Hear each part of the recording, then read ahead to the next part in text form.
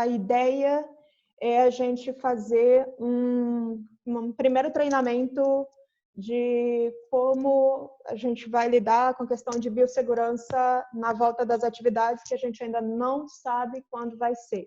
Gente, a Isabela vai se apresentar, né, academicamente, né, Isabela? E vai fazer essa parte pra gente. Ok.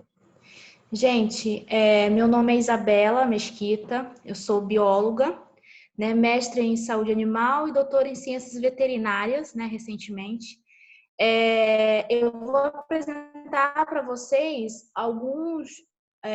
um tema muito importante, né, para quem trabalha como passeadores, como a gente, que é sobre a biossegurança e boas práticas de higiene para passeadores de cães no atendimento domiciliar frente à pandemia da Covid, né? Frente ao que está se passando, né, no mundo. Bom, quem são os vírus? Os vírus são considerados os menores e os mais simples organismos que existem no mundo, né? Eles são incapazes de se reproduzir fora de uma célula hospedeira. Então, são parasitas. Eles não conseguem, por eles terem apenas o material genético, DNA e o RNA, e não ter a maquinaria para se reproduzir, como a célula, por exemplo, que tem todas as organelas e cada organela tem uma função, né, própria dentro de uma célula. A bactéria também é um ser mais complexo. O vírus não. O vírus ele não tem essa capacidade para reprodução. Então, eles têm a necessidade de invadir células para poder se reproduzir e perpetuar, né, a sua espécie. Uma característica muito importante, né, dos vírus que a gente deve entender é que o material genético dele é instável. Isso significa o quê? Que esse material genético pode mutar, né, pode sofrer mutações muito rápidas, mudando a característica do vírus. Por isso que surgem muitos vírus que podem infectar diferentes espécies, né, de animais, incluindo o ser humano, né, chegando até o ser humano e aí provocando doenças. Então, provavelmente, né, isso que aconteceu com o vírus da Covid-19. Ele sofreu várias mutações, né, do decorrer do tempo, até que chegou a uma mutação, né, uma variante do vírus que começa a infectar o ser humano, né, que passa a infectar o ser humano e causar doença. Então, foi isso que aconteceu com o vírus da Covid. Bom, não sei se vocês conhecem, né? Mas a estrutura... por que o nome coronavírus, né? Corona significa coroa, né? Devido a esse aspecto de coroa que tem o vírus, né? E a estrutura dele é assim: eles possuem espinhos que são constituídos por proteínas, e o material genético do coronavírus é RNA. Existem vírus de DNA e de RNA. O coronavírus, o material genético dele é RNA e é protegido por uma membrana constituída por proteínas e lipídios. Lipídios significa gordura. Então, é por isso que quando a gente usa sabão em pó nas mãos, ou sabão, né, nas mãos para limpar... como é que fala? É o principal método, né, de proteção contra o coronavírus é a utilização do sabão, né, além do álcool. Porque o sabão ele age direto nessa membrana que é constituído por lipídios.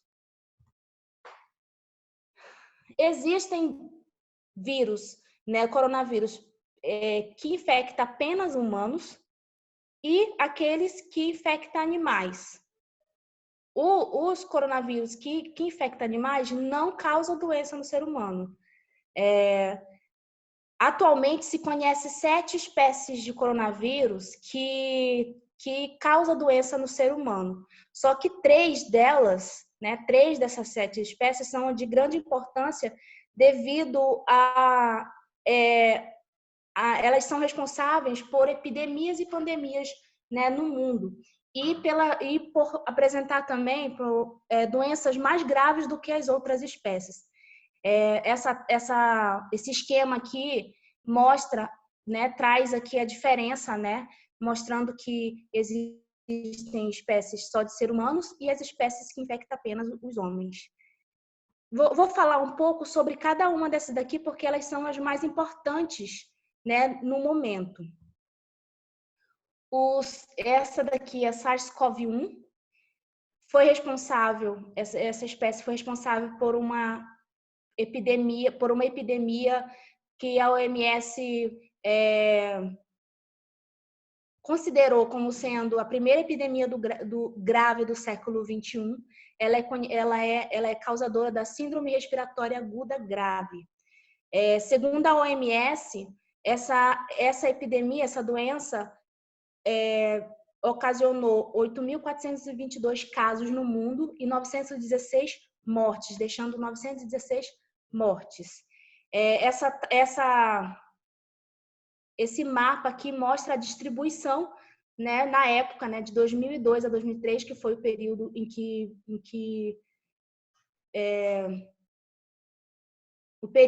durou essa epidemia, né, mostrando a distribuição geográfica da doença. E graças a Deus que essa doença não chegou, né, aqui para a região, para o nosso país. Na verdade, só teve um caso, que eu vou falar um pouco mais à frente. Os cientistas descobriram que esse vírus foi passado por ser humano através desse animal aqui, que é muito comum lá lá na China, né? O surgimento desse vírus, eu esqueci de falar, foi em 2002 na China. Ele surgiu o ser humano, né, foi infectado a partir desses animais aqui, dos civetas, que são animais muito consumidos pelos chineses, né, e são comercializados nos mercados de animais vivos e abatidos na hora, né. Lá tem muito desses tipos de mercados que vende animais silvestres vivos, né, para consumo ou então abatidos na hora. Aqui esse artigo traz uma tabela imensa mostrando os casos, né, dessa epidemia do SARS, né, a epidemia de 2002. Eu cortei uma parte da tabela para mostrar apenas o caso que ocorreu no Brasil, né? No Brasil só teve um caso dessa doença. E a tabela mostra que o caso é importado, ou seja, a pessoa que pegou a doença não era do Brasil. Então eu procurei, né, a partir dessa informação aqui que eu encontrei nesse artigo científico, eu procurei notícias da época e achei aqui qual era esse caso, né? Esse daqui é a BBC Brasil, essa reportagem mostrava aqui de abril de 2003, mostra que esse caso aqui é de uma jornalista inglesa que chegou no Brasil, vinda da Malásia, e ela ficou internada no Hospital Albert Einstein, em São Paulo, e conseguiu, né, se recuperar.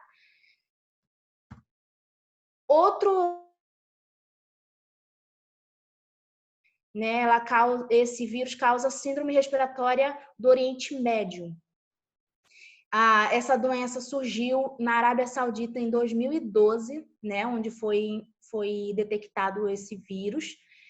Até hoje, a OMS, o último relatório da OMS com relação a esse vírus mostrou que até janeiro de 2020 foram 2.519 casos e 866 mortes no mundo.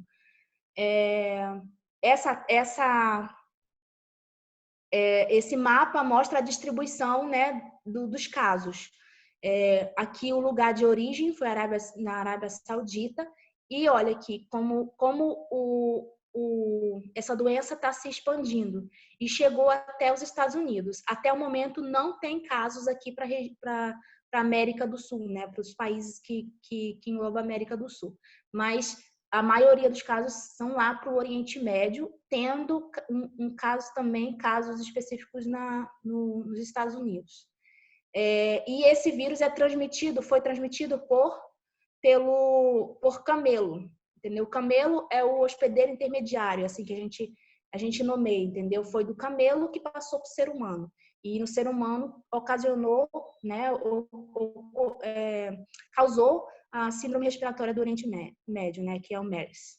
E agora, atualmente, né, temos estamos passando, né, por uma pandemia, né, que é a pandemia da Covid-19, que é o terceiro vírus mais importante, né, coronavírus mais importante e responsável pela pandemia atual.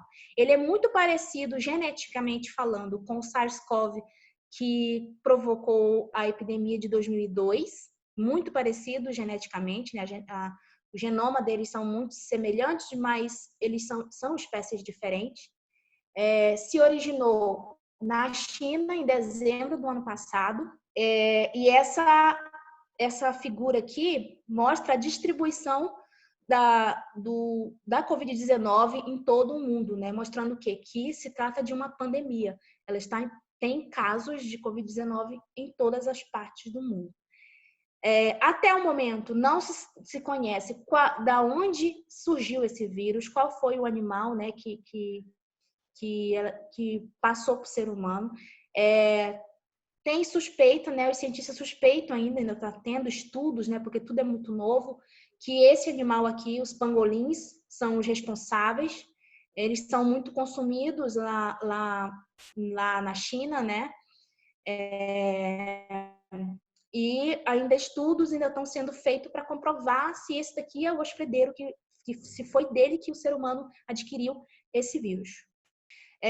Aqui eu trouxe um panorama para mostrar aqui, né, a diferença, dá para a gente ver, entre a epidemia do SARS-CoV de 2002 e a epidemia da Covid, né, atualmente. E olha aqui, dá para a gente ver que a epidemia de 2002 ocasionou 8.422 casos, enquanto que a pandemia agora tem mais de 2 milhões de casos. Então, isso aqui é um panorama que a gente tem para a gente ver a importância do momento que a gente está vivendo, né?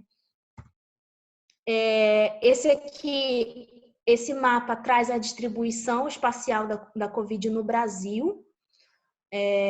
Esse mapa eu peguei desse site bem aqui, que é um site que monitora os casos de acordo com os dados do Ministério da Saúde. Esse mapa aqui foi gerado, atualizado mês passado, né, no dia 18/3 de 2020. Mostrando aqui que em amarelo são os casos suspeitos, em vermelho os casos confirmados em óbito e em preto os casos, né, que veio a óbito.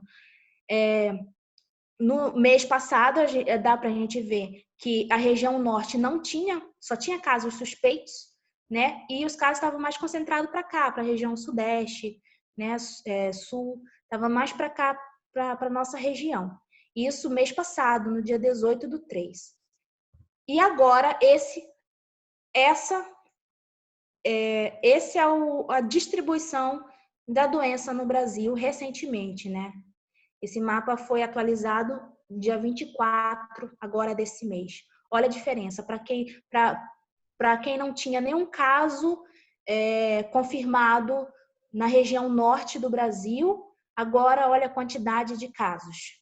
E a quantidade de mortos também, né?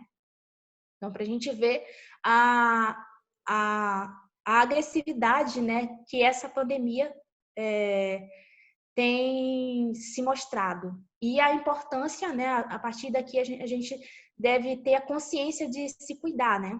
Mas vamos ao que nos interessa, né, depois dessa pequeno panorama, né, da pandemia no mundo, né? E o nosso trabalho, né? O que os órgãos de saúde animal falam a respeito, né, dos animais, a saúde animal, né? Segundo a OIE, né, nesse site da OIE tem várias informações que a gente pode adquirir, né, sobre a situação da saúde animal frente a essa pandemia. Então, lá, os animais de estimação podem adoecer de Covid-19? Bom, já existem casos de cães e gatos domésticos e silvestres também, que nem tigre, né, felinos silvestres, que já testaram positivo para o vírus, né, após ter contato próximo com humanos infectados. Existem estudos em andamento ainda para se entender a susceptibilidade desses animais ao vírus. E achados preliminares de estudos de laboratório sugerem o quê? Que os gatos são mais suscetíveis e podem adoecer, né? São mais suscetíveis ao vírus do que os cães. E eles têm a capacidade de adoecer. E já os cães, eles são os menos afetados. E esses dados esses estudos preliminares mostram também que os gatos, eles têm a capacidade de transmitir o vírus para outros gatos. Isso em situação de laboratório, né? Então, é diferente, né? São estudos monitorados. Então, é diferente da realidade. Estudos ainda estão sendo feitos, né, para poder comprovar esses casos e comprovar mesmo essa suscetibilidade dos gatos. Aqui, gente, a gente pode ver os casos já confirmados em animais, os casos de Covid, né, confirmados no mundo. O primeiro caso ocorreu mês passado, né? No dia 9/3, foi detectado um cão em Hong Kong, na China. Esse cachorro ele era mantido na mesma casa que um paciente de Covid. Só que esse cachorro não apresentou sinais clínicos relevantes. Só foi feito o teste diagnóstico e conseguiram atestar o Covid no cachorro. O Covid não, o vírus, né, no cachorro. Que a Covid é a doença, né? O segundo caso foi de um gato na Bélgica, né, mês passado também, no final do mês passado. Esse gato, ele pertencia a uma pessoa que estava doente, estava com Covid. O terceiro caso foi de um tigre nos Estados Unidos, bem no início desse mês, né, no dia 6/4. A diferença é que esse tigre ele apresentou sinais clínicos, ou seja, ele apresentou tosse seca e chiado no peito. E a suspeita é que algum funcionário assintomático, né, da Covid infectou esse animal no zoológico. O quarto e o quinto caso são de 2 gatos, né, de regiões diferentes de Nova York, ou seja, esses gatos eles não pertenciam à mesma casa, eram de endereços diferentes na cidade de Nova York. O primeiro gato, né, na casa do primeiro gato não havia ninguém doente com a Covid. E provavelmente esse gato ele se infectou fora de casa, porque a gente sabe que o gato ele tem mais liberdade até que os cachorros, né? Ele sai e talvez esse gato tenha se infectado fora. O segundo gato, já no segundo gato, o dono dele tinha Covid. E ambos os gatos apresentaram sinais clínicos, né, leve da doença, ou seja, sinais respiratórios leves. O que sabemos sobre a Covid e os animais de companhia? Né? Esse questionamento tem lá no site da OIE. E a OIE fala o seguinte, que a propagação atual do Covid é resultado da transmissão de um humano para humano. E até o momento não há evidência de que os animais de companhia tenham um papel significativo na disseminação da doença. Ou seja, apesar de que está começando a surgir casos em animais, mas ainda são casos isolados, não dá ainda para confirmar cientificamente, né, que os animais têm importância para a disseminação da doença. Então, os estudos ainda estão sendo feitos, né, em todas as áreas, né, tanto humano quanto animal também, para a saúde animal. Portanto, não há justificativa para se tomar medidas contra animais de companhia que possam comprometer o seu bem-estar. Ou seja, assim como a gente tem que manter nosso bem-estar nessa quarentena, né, a gente tem que nos cuidar, a gente tem também que cuidar dos nossos animais de companhia.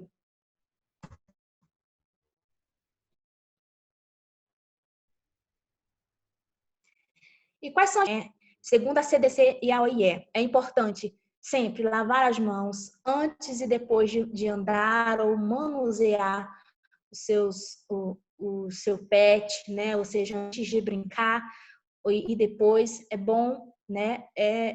Lavar as mãos. e antes também de manusear alimentos ou suprimentos, né, do seu pet.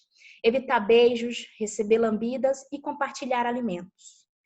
E com relação ao tutor, né, quando o tutor está doente ou com suspeita, né, como é que ele deve se portar, né, com relação ao seu pet em casa? Se possível, esse tutor doente, ele deve evitar o contato próximo com o cachorro e ter outra pessoa para o cuidado doméstico, né, desse cãozinho, né, desse pet.